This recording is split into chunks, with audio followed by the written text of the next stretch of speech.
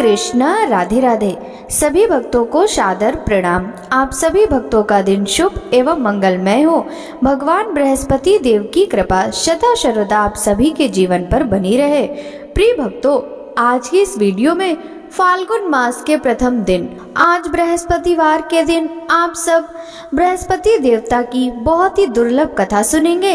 इस कथा को सुनने से भक्तों की सभी मनोकामनाएं बृहस्पति देव की कृपा से पूर्ण हो जाती हैं। तो आइए बड़ी ही श्रद्धा और प्रसन्न मन से इस कथा को सुनते हैं। बृहस्पतिवार व्रत की पौराणिक कथा के अनुसार प्राचीन समय में विदर्भ देश में चित्रसेन नामक राजा राज्य करता था। वह बड़ा प्रतापी और दानी था। वह नित्य देवालय मंदिर में दर्शन करने जाता और गुरु एवं साधुओं की सेवा किया करता था। उसके दरवाजे में कोई भी निराश होकर नहीं लौटता था। वह प्रत्येक गुरुवार को व्रत रखकर विष्णु भगवान का पूजन करता था, परंतु ये सब बातें रानी को अच्छी नहीं लगती थी। वह न स्वयं व्रत करती और न किसी को एक पैसा तक दान में देती थी। तब राजा से भी ऐसा करने को मना किया करती थी। एक दिन की बात है कि राजा तो शिकार खेलने वन में गए हुए थे। घर पर रानी व उसकी दासी अकेली थी। उस समय बृहस्पति देव एक साधु का रूप धारण कर राजा के दरवाजे पर भिक्षा मांगने आए। तो रानी कहने लगी, हे साधु महाराज, मैं तो इस दान पुण्य से तंग आ गई हूँ। मुझे तो घर का ही कार्य समाप्त नहीं होता। दान पुण्य के लिए तो पति देव ही बहुत हैं। अब आप इस प्रकार की कृपा करें कि यह सब धन नष्ट हो जावे और मैं आराम से रह सकूं। साधु बोले, हे देवी, धन से तो कोई दुखी नहीं होता, इसको तो सभी चाहते हैं। पापी भी पुत्र की और धन की इच्छा करते हैं। अगर आपके पास धन अधिक है तो भूखे मनुष्यों को भोजन कराओ, प्याव लगवाओ, गरीबों को दान दो, धर्मशाला बनवाओ, कुआं, तालाब आदि का निर्माण कराओ। निर्धन मनुष्यों की कुमारी कन्याओं का विवाह आदि अनेकों यज्ञ आदि धर्म कार्य हैं, जिसके करने से आपके कुल और आपका नाम परलोक में सार्थक होगा। लेकिन रानी इन बातों से खुश न हुई। बोली, हे साधु महाराज, मुझे ऐसे धन की आवश्यकता नहीं जिसे अन्य मनुष्यों को दान दूं तथा जिसको रखने में सारा समय बर्बाद हो। साधु ने कहा, देवी, तुम्हारी ऐसी इच्छा है तो ऐसा ही होगा। मैं तुम्हें बताता हूँ, अब वैसा करना। बृहस्पति के दिन बाल बनवाएं, भोजन में मांस मदिरा खाना, कपड़े धोबी के यहाँ धुलने डालना। इस प्रकार 7 बृहस्पतिवार करने से तुम्हारा सब धन नष्ट हो जाएगा। यह कह वह साधु महाराज अंतर्ध्यान हो गए। रानी ने साधु के कहने पर वैसा ही किया। 3 बृहस्पतिवार ही बीते थे कि उसका समस्त धन नष्ट हो गया और सब लोग भोजन के लिए तरसने लगे। तब राजा रानी से कहने लगा, तुम यहाँ पर रहो, मैं दूसरे देश को जाऊं, क्योंकि देश चोरी परदेश भी बराबर है। ऐसा कहकर राजा तो परदेश चला गया। वहां जंगल को जाता और लकड़ी काट कर लाता और शहर में बेचता। इस तरह वह अपना जीवन व्यतीत करने लगा। इधर राजा उधर रानी और दासी भी दुखी रहने लगी। किसी दिन भोजन मिलता और किसी दिन जल पीकर ही रह जाती। एक समय रानी और दासी को 7 रोज बिना भोजन के व्यतीत हो गए। तो रानी ने अपनी दासी से कहा, हे दासी, पास के नगर में मेरी एक बहन रहती है। वह बड़ी धनवान है। तू उसके पास जा और वहां से 5 सेर बेझर ही मांग ला, जिससे कुछ समय के लिए गुजर हो जाएगी। रानी की आज्ञा से दासी उसके बहन के पास गई। रानी की बहन उस समय बृहस्पति देव का पूजन कर रही थी। दासी ने रानी की बहन को देखा तो उससे बोली, हे रानी, मुझे तुम्हारी बहन ने भेजा है, मेरे लिए 5 सेर बेझर दे दो। दासी ने यह अनेक बेर कहा, परंतु रानी ने कुछ उत्तर नहीं दिया, क्योंकि वह उस समय बृहस्पतिवार की कथा पढ़ रही थी। जब बांदी को किसी प्रकार का कोई उत्तर नहीं मिला तो वह बहुत दुखी हुई और लौटकर रानी के पास आकर बोली, हे रानी जी, तुम्हारी बहन तो बड़ी आदमीन है। वह हम छोटे लोगों से बात भी नहीं करती। रानी बोली, हे दासी, इसमें उसका कोई दोष नहीं है। जब बुरे दिन आते हैं तब कोई सहारा नहीं देता। अच्छे बुरे का पता आपत्ति काल में ही लगता है। यह हमारे भाग्य का दोष है। इधर उस रानी ने देखा कि बहन की दासी आई थी, परंतु मैं पूजा में लगी होने के कारण उससे नहीं बोली। यह सोचकर वह अपनी बहन के घर जाकर अपनी बहन से कहने लगी, हे बहन, मैं बृहस्पतिवार का व्रत कर रही थी। जब तक कथा होती है तब तक ना उठते हैं और ना बोलते हैं, इसलिए मैं तुम्हारी दासी से ना बोली। कहो दासी क्यों गई थी? रानी बोली, बहन, हमारे घर में अनाज नहीं था, इस कारण मैंने दासी को तुम्हारे पास से कुछ अनाज लाने के लिए भेजा था। बहन बोली, रानी जी, बृहस्पति भगवान सबकी इच्छाएं पूर्ण करते हैं, देखो शायद तुम्हारे घर में अनाज रखा हो। इस प्रकार के वचन सुन रानी घर के अंदर गई तो उसे एक घड़ा बेचर से भरा हुआ मिल गया। रानी और दासी बहुत खुश हुई। दासी कहने लगी, हे रानी जी, देखो, हमको अब जब भोजन नहीं मिलता तो हम हर रोज व्रत करते हैं।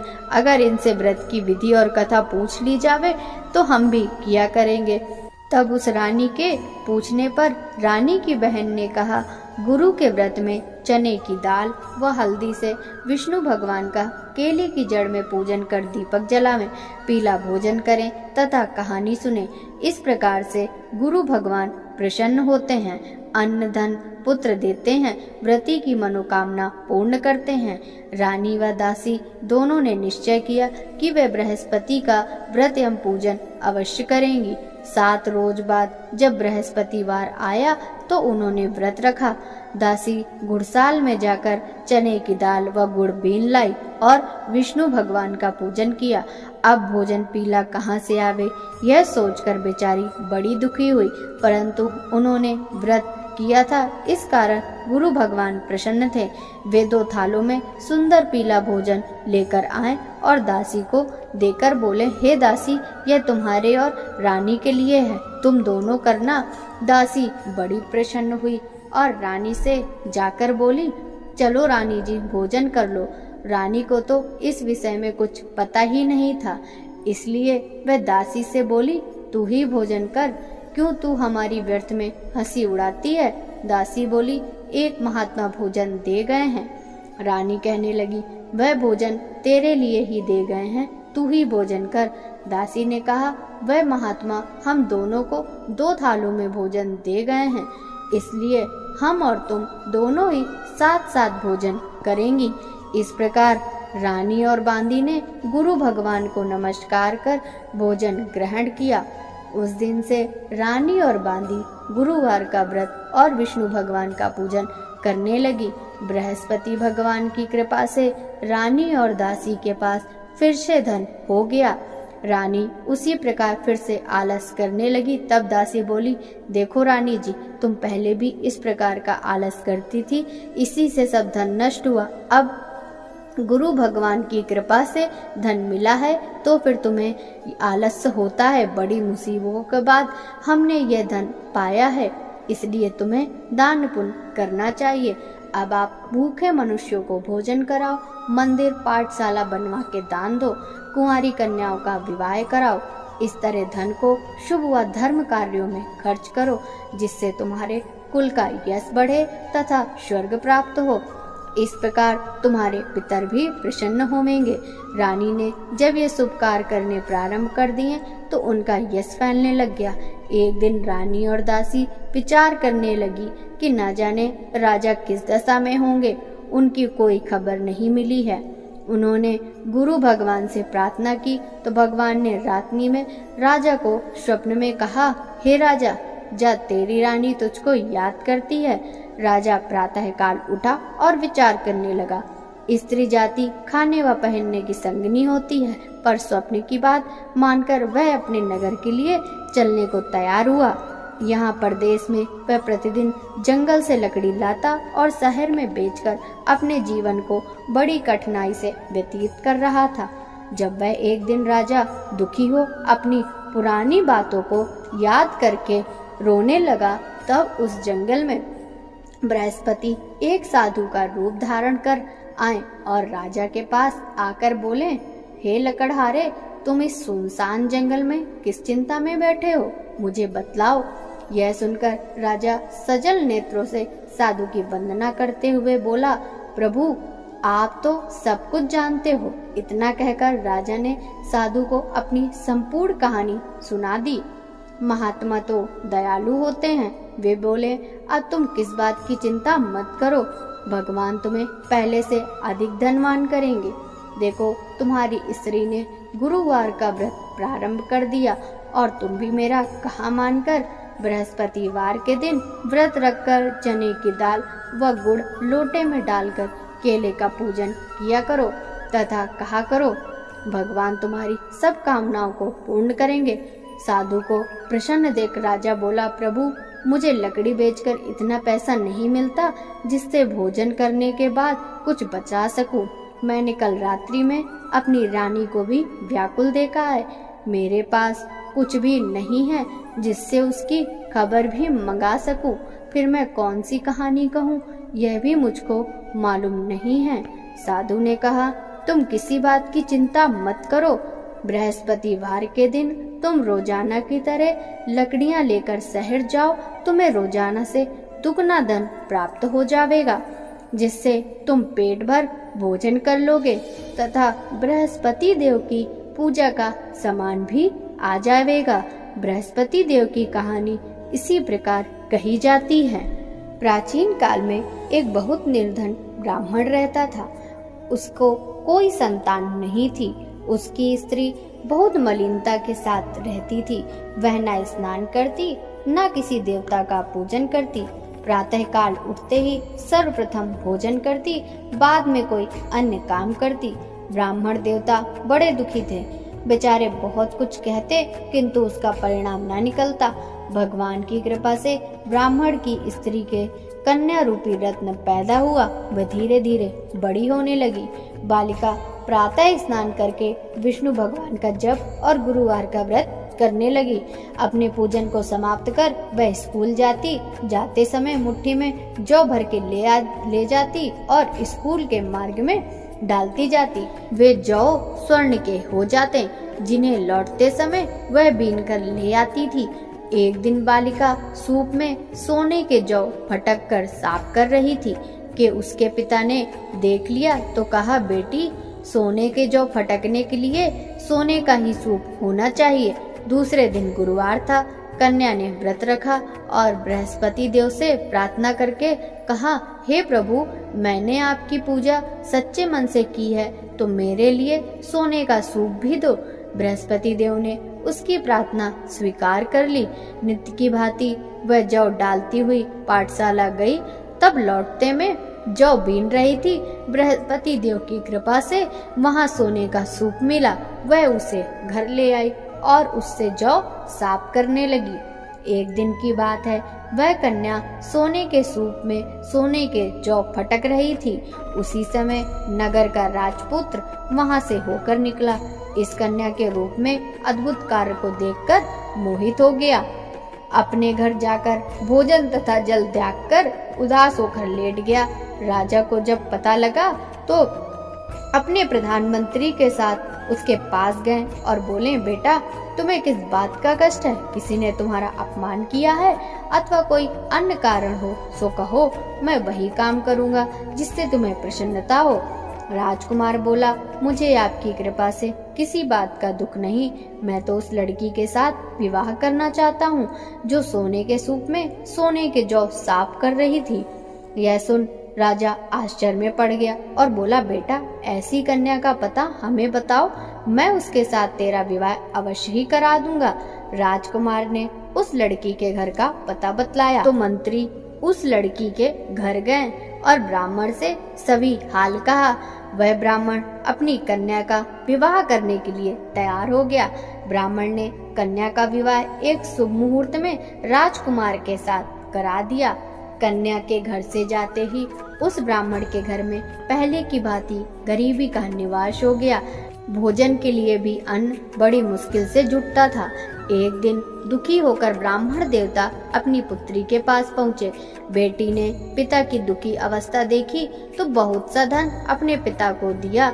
इस तरह उस ब्राह्मण का कुछ समय फिर सुखपूर्वक व्यतीत हुआ। कुछ दिन बाद ब्राह्मण फिर अपनी कन्या के यहाँ गया।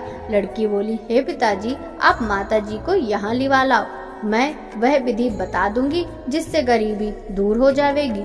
वह ब्राह्मण अपनी स्त्री को साथ लेकर कन्या के घर पहुंचा तो पुत्री अपनी माँ को समझाने लगी, हे माँ, तुम प्रातः उठकर प्रथम स्नान आदि करके विष्णु भगवान का पूजन किया करो। परंतु उसकी माँ ने एक बात भी न मानी। वह प्रातः काल उठकर अपनी पुत्री के बच्चे को जूठन उठाकर खा लेती और उसकी पुत्री पूजन आदि के लिए कहती तो कह देती, मैंने खाना खा लिया है। एक गुरुवार के दिन पुत्री ने रात में कोठरी में खाने का सभी सामान निकाला और अपनी माँ को उसमें बंद कर दिया। प्रातः काल उससे बाहर निकाला तथा स्नान आदि करा के पूजन करवाया। उसके बाद माँ से प्रत्येक गुरुवार को व्रत कराने लगी। इस व्रत के प्रभाव से उसकी अज्ञानता का नाश हो गया। बृहस्पति देव के प्रभाव से वह अपने पति सहित सुख भोग कर अंत में स्वर्ग को गई। इस तरह कथा सुनाकर साधु देवता वहां से लोप हो गए। धीरे धीरे समय व्यतीत होने पर बृहस्पतिवार का दिन आया। राजा जंगल से लकड़ी काटकर शहर बेचने गया। उसे उस दिन रोज से ज्यादा पैसे मिले। राजा ने चने की दाल आदि लाकर व्रत किया। अब तो सभी क्लेश दूर होने लगे, परंतु एक गुरुवार को वह व्रत करना भूल गया। इस कारण बृहस्पति देव नाराज हो गए। उस दिन वहां के राजा ने विशाल यज्ञ का आयोजन किया था। उसने नगर में यह घोषणा करा दी कि कोई भी मनुष्य अपने घर भोजन न बनावे, न चूल्हा में आग जलावे। समस्त जनता मेरे यहाँ भोजन करने आवे। इस आज्ञा को जो न मानेगा उसको सजा दी जाएगी। राजा की आज्ञानुसार नगर के सभी लोग भोजन करके चले गए, मगर वह लकड़हारा कुछ देर से पहुंचा, इसलिए राजा उसको अपने साथ महल में लिवा गए। जब वह भोजन कर रहे थे तो रानी की नजर खूंटी पर पड़ी जिस पर उसका हार लटक रहा था। अब हार वहां नहीं था। रानी ने कहा, मेरा हार इसी मनुष्य ने चुरा लिया है। राजा ने उसको जेल खाने में डलवा दिया। जब राजा जेल खाने में पड़ गया तो विचार करने लगा कि जाने कौन से कर्म से मेरे लिए यह दुख प्राप्त हुआ। वह साधु की याद करके रोने लगा तो बृहस्पति देव साधु के रूप में प्रकट हो गए और उसकी दशा देखकर कहने लगे, अरे मूर्ख, तूने इस बार बृहस्पति देव का व्रत नहीं किया, इस कारण तेरे लिए दुख प्राप्त हुआ है। अब चिंता मत कर, बृहस्पतिवार के दिन जेल खाने के दरवाजे पर कुछ पैसे पड़े मिलेंगे, तू सामान मंगाकर व्रत करना। ऐसा ही हुआ और राजा ने कथा कही।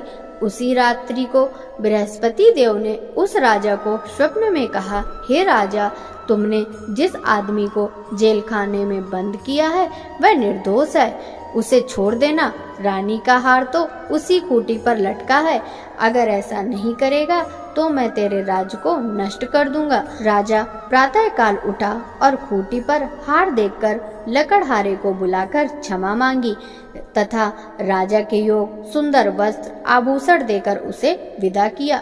अब गुरुदेव की आज्ञा अनुसार राजा अपने नगर को चल दिया। राजा अपने नगर के निकट पहुंचा तो उसे बड़ा आश्चर्य हुआ। नगर में पहले से अधिक बाग, तालाब और कुएं तथा बहुत सी धर्मशाला, मंदिर बन गए थे।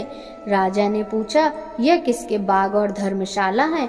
तब नगरवासी कहने लगे, यह सब रानी और बांदी के हैं।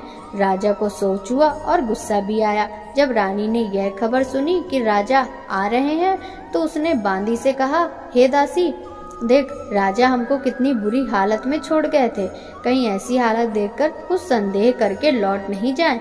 दासी राजा को अपने साथ लिवा लाई। राजा ने क्रोध करके अपनी तलवार निकाली और रानी से पूछा कि इतना धन तुम्हें कैसे प्राप्त हुआ? रानी ने कहा, हमें यह सब धन बृहस्पति देव के व्रत एवं पूजा से प्राप्त हुआ।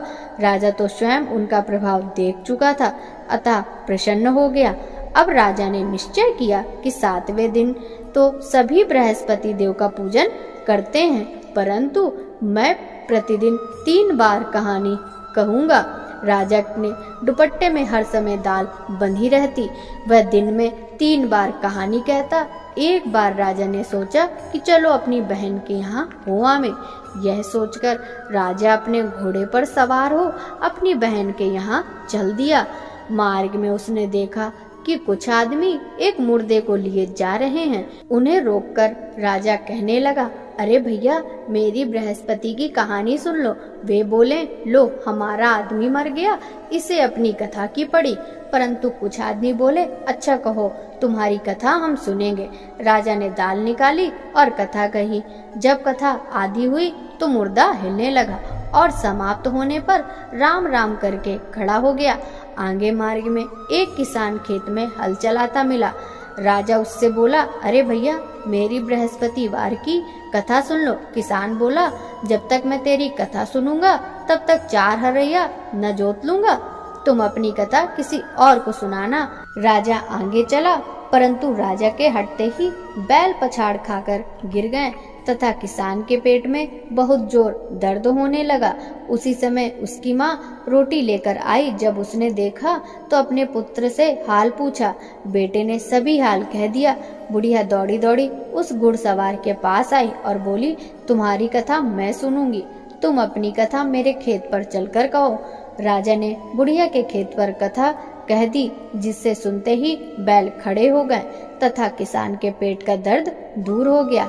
यहाँ से राजा अपनी बहन के घर जा पहुँचा। बहन ने भाई की मेहमानी की। दूसरे दिन प्रातः राजा जगा तो उसने देखा कि सब लोग भोजन कर रहे हैं। राजा ने अपनी बहन से कहा कि ऐसा कोई मनुष्य नहीं है जिसने भोजन ना किया हो, वह मेरी बृहस्पति की कथा सुन ले। बहन बोली, हे भैया, यहाँ सभी भोजन पहले करते हैं और बाद में अन्य काम करते हैं। अगर कोई पड़ोस में हो तो उसे बुलाकर लाऊं, परंतु वहाँ उसे ऐसा व्यक्ति नहीं मिला जिसने भोजन न किया हो। राजा के फिर से कहने पर वह कुम्हार के घर गई, जिसका लड़का बीमार था। उसे मालूम हुआ कि उसके यहाँ 3 रोज से किसी ने भोजन नहीं किया। रानी ने अपने भाई की कथा सुनने के लिए उनसे कहा। वह तैयार हो गया। राजा ने उसके घर जाकर बृहस्पति की कथा कही, जिसको सुनकर उसका लड़का ठीक हो गया। अब तो सब और राजा और उसके व्रत की प्रशंसा होने लगी। एक दिन राजा ने अपनी बहन से कहा, हे बहन, अब हम अपने घर को जाएंगे, तुम भी तैयार हो जाओ।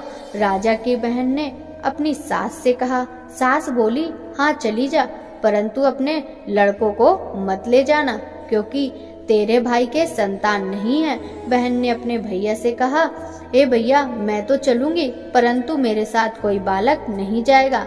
राजा बोला, कोई बालक नहीं जाएगा, तब तुम ही चलकर क्या करोगी? बड़े दुखी मन से राजा अपने नगर को लौटा।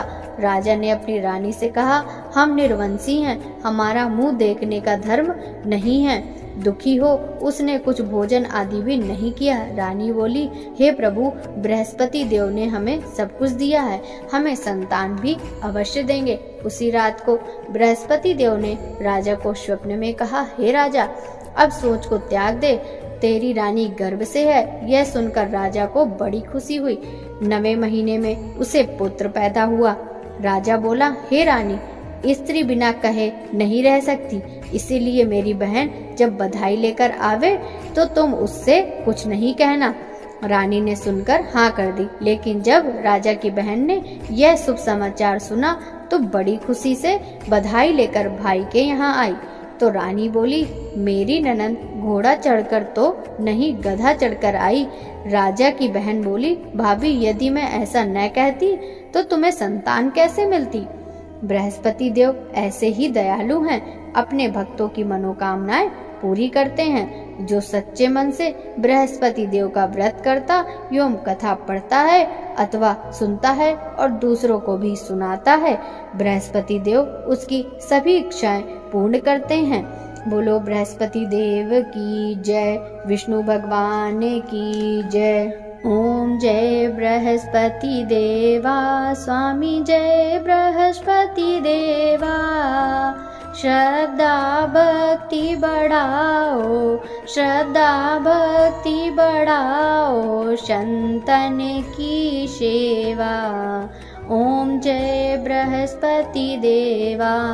पार ब्रह्म परमेश्वर, पार ब्रह्म परमेश्वर, तुम सबके स्वामी। ओम जय बृहस्पति देवा।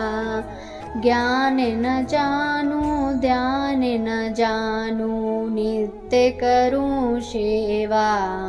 ओम जय बृहस्पति देवा।